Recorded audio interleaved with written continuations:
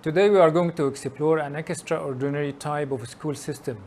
Just imagine a school without standardized tests, without a curriculum, and stress-free. With more than 20 years in educational management, Dr. Shauli has been the principal founder of STEM World School in India. She has also received different accolades and awards, including the National Quality Excellence Award. She focuses on getting education to be back being natural and freeing the learner from all types of pressures to be able to develop all the important skills and sides of the learners and also to match the needs of the business market. One-size-fits-all educational structure, which is rather, on the lines of an industrial factory model of productivity, which does not give any due relevance or regards to an individual learner's ability to create and to innovate.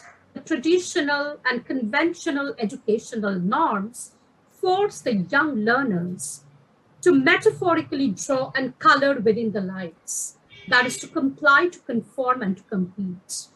Every single child is given the same amount of time to learn the same thing in the same way and preferably on the same day. Research has proved that more than 80% of your success in life depends on your emotional quotient and not on your intelligence quotient. There is an ever-widening gap between academia and industry expectations. So academia is failing to produce young learners who are capable to meet up the challenges of the industry.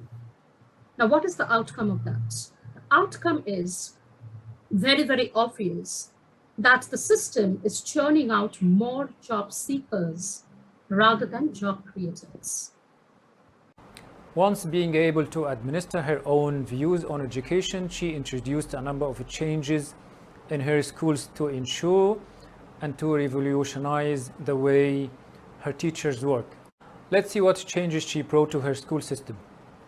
I told my teachers that you cannot do the assessments or corrections using a red ink pen.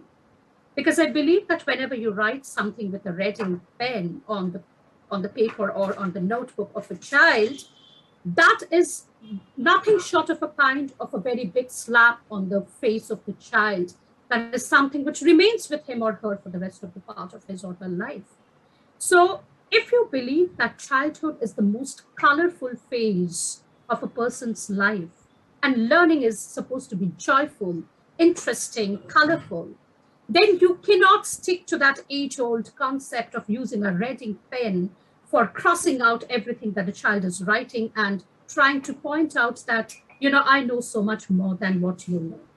So the first thing that I did, maybe it will sound very small in this context, but I told my teachers that you have to use multiple colored ink pens for correction. So when that particular notebook went to that child, the child saw, maybe a lot of comments and everything were written, but all with, multiple colored ink pens. So that will not have a very damaging effect on the brain of the child.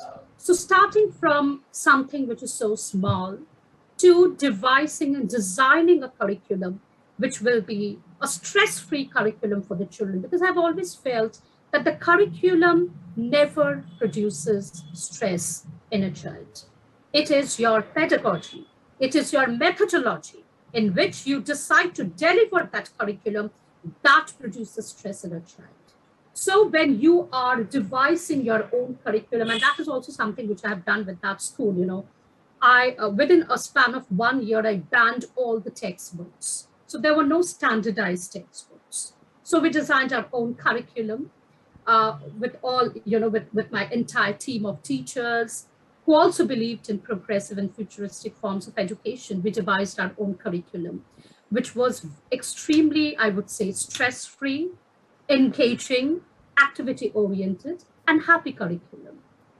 And the second thing that I did was to ban the standardized testing in the primary level of education. Because I have always believed that whenever you resort to standardized tests, they only assess the ability of a child's a child's ability to conform and to comply, and definitely not the child's ability to create and to innovate. But if we know that a child is so very creative and innovative, and that is exactly our roles as the facilitators of 21st century, to nurture those creativity in the child, we cannot go with this kind of a process anymore. This process will definitely not serve us.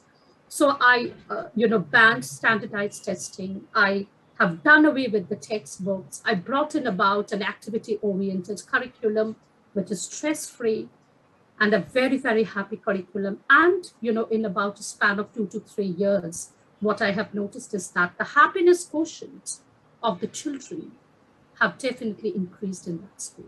Let's take a deeper look into her philosophy about education, why she thinks that education should be stress-free and should focus more on the needs of the business market.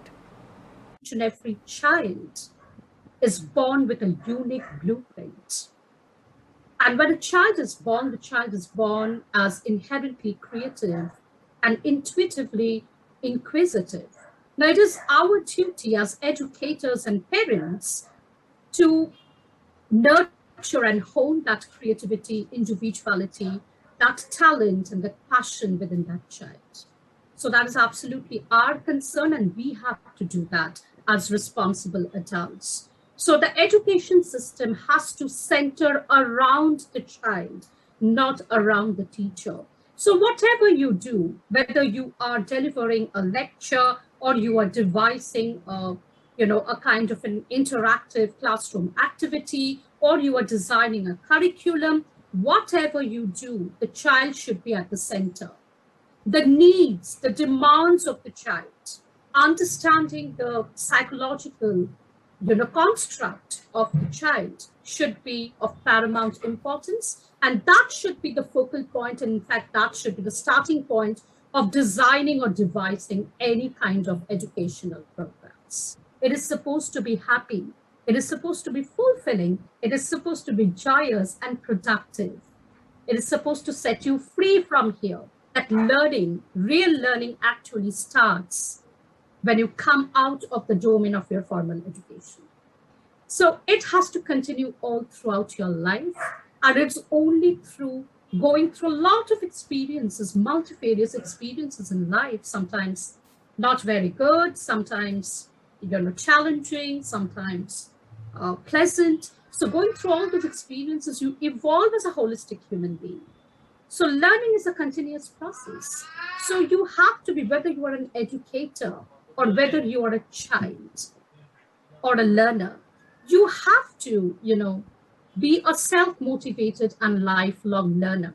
Somebody who is committed to learning, unlearning, and relearning across all the significant phases of his or her life. Now we have seen that Dr. Shauli's views on education rotate around 3 main factors. The first thing is that she defined the traditional ways of education to create a stress-free environment where learning happens for the learner's sake. Education should focus on the development of the learner rather than fulfilling certain metrics and numbers.